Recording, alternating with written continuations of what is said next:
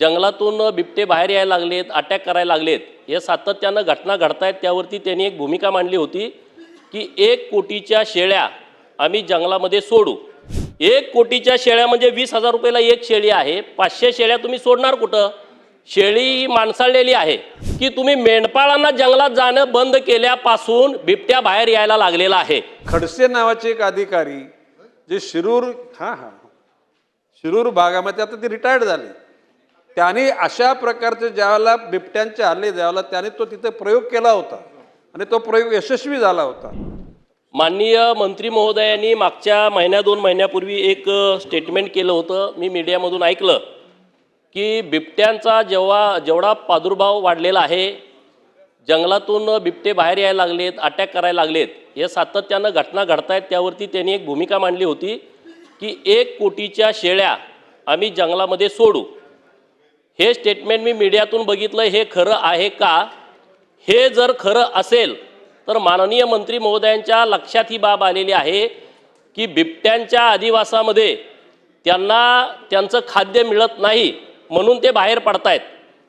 आणि हे जर बाहेर पडत असतील तर सरकारनं पर्याय काय? 1 कोटीच्या शेळ्या म्हणजे 20,000 रुपयाला एक शेळी आहे। 500 शेळ्या तुम्ही सोडणार कुठं? शेळी ही माणसाळलेली आहे, इकडून सोडली परत दुसरे कोण घेऊन बाजारात दुसऱ्या विकून निघतील, हा काय पर्याय होऊ शकत नाही। परंतु मंत्री महोदयांनी अत्यंत अभ्यासपूर्ण ही मांडणी केलेली आहे की बिबट्याला जंगलामध्ये खाद्य मिळत नसल्यामुळे तो बाहेर येतोय, मग त्याला पर्याय काय आहे? तर माझा प्रश्न हा आहे की तुम्ही मेंढपाळांना जंगलात जाणं बंद केल्यापासून बिबट्या बाहेर यायला लागलेला आहे। जंगलामध्ये जेवढे मेंढपाळ जात होते तोपर्यंत हा बिबट्याचा आणि कुठल्या जंगली प्राण्याचा त्रास हा गावकऱ्यांना शेतकऱ्यांना नव्हता।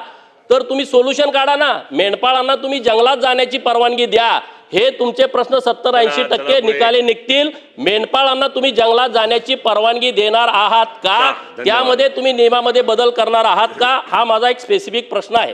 मंत्री महोदय, अध्यक्ष महोदय, सन्माननीय सदस्य गोपीचंदजी पडळकर दोन प्रश्न बाद झाले यांनी जी बाब या ठिकाणी नमूद केली की वन विभागाने 1 कोटीच्या शेळ्या मेंढ्या जंगलामध्ये मदत करा सोडण्याचं ठरवलं होतं का?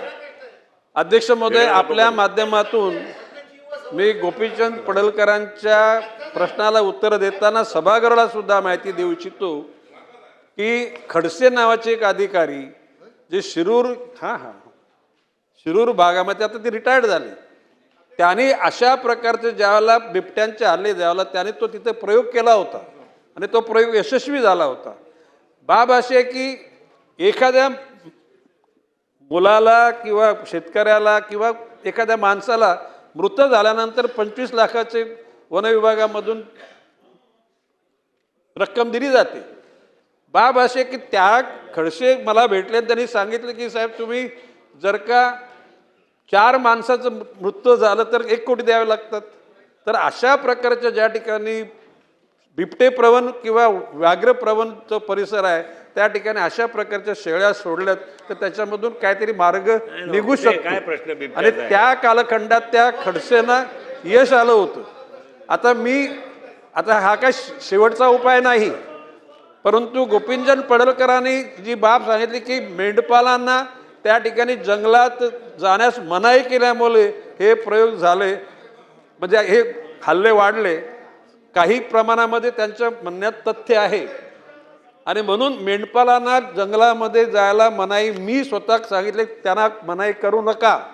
ज्या ठिकाणी झाडे मोठी झालेली आहेत अशा परिसरामध्ये शेळ्या मेंढ्याचा व्यवसाय करणाऱ्या लोकांना तुम्ही मनाई करू नका।